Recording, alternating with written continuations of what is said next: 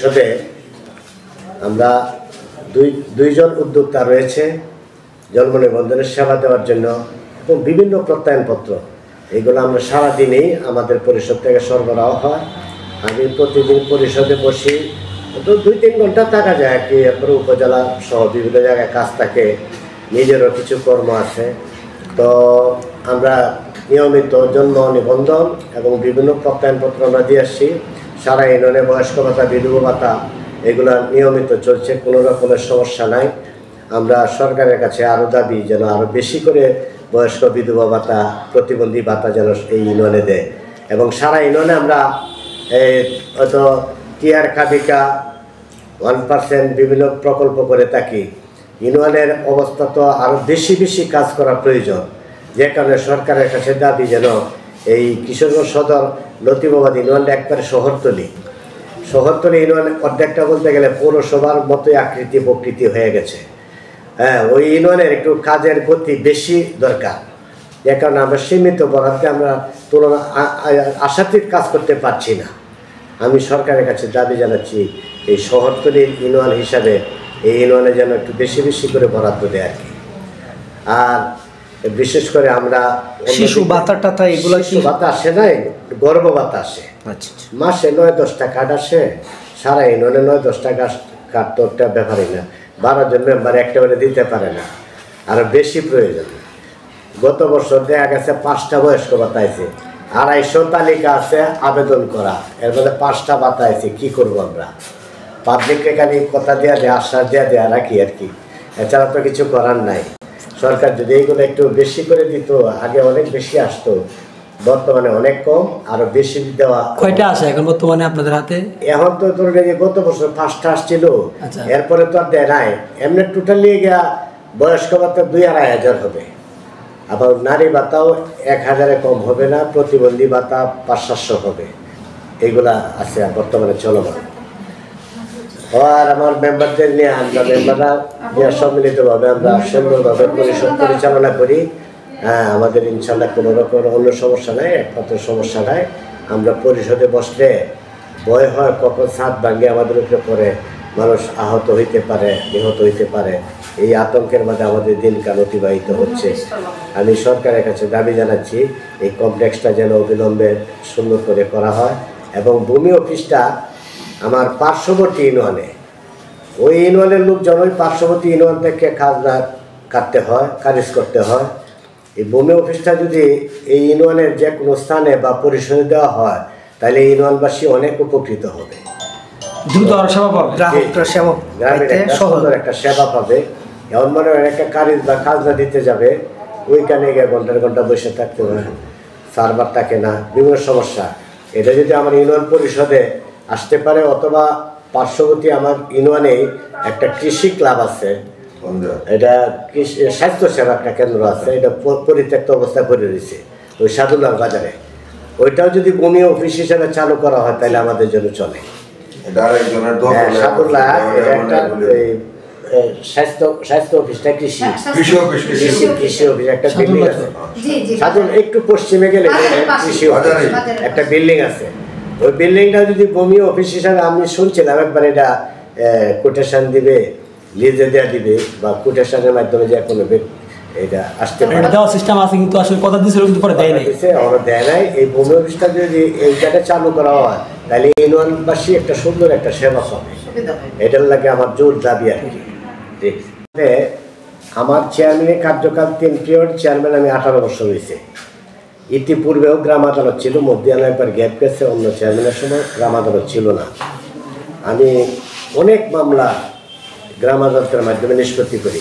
গ্রাম আদালতের মামলার নিয়ম হইল, একজন অভিযোগকারী সে আয়সা প্রশাসনিক কর্মকর্তা আছে যে পরিষদে, তার কাছে একটা অভিযোগ দায়ের করবে। ওই অভিযোগটা গ্রাম আদালতের প্রধান হইলাম চেয়ারম্যান, আমার কাছে আসবে, আসতে পরে দেখবো গ্রাম আদালতের বিচার্য বিষয় কিনা। এটা যদি বিচার্য বিষয় আমরা আমলে নিব, ন্যায়াধিষ্ঠানে উঠাবো, বিবাদী পক্ষকে আমরা নোটিশ জারি করব। আসলে পরের তারিখে 2 পক্ষ আসলে আমরা আলোচনা সাপেক্ষে চেষ্টা করি মীমাংসা করতে। যদি কোনো রকমের জটিলতার সৃষ্টি হয় তখন আমরা 5 সদস্য একটা বোর্ড, যেমন বাদী একজন মেম্বার ইউপি সদস্য, একজন গণ্যমান্য ব্যক্তি, জুরি বোর্ড। আবার বিবাদীও একজন মেম্বার, একজন গণ্যমান্য ব্যক্তি, আর চেয়ারম্যান হলো প্রধান। এভাবে 5 সদস্য বিশিষ্ট একটা গ্রাম আদালত গঠন হয়। গ্রাম আদালতের মাধ্যমে যে রায়টা দেওয়া হয়, এই রায়টা উভয় পক্ষ মেনে নিতে হয় বা মানবে। যদি বিবাদী পক্ষ রায় অমান্য করে, তারও ব্যবস্থা আছে। মনে করেন বিবাদীর উপরে আমরা একটা জরিমানা করলাম 50,000 টাকা, আমরা 3 লক্ষ টাকা পর্যন্ত আমাদের ক্ষমতা আছে।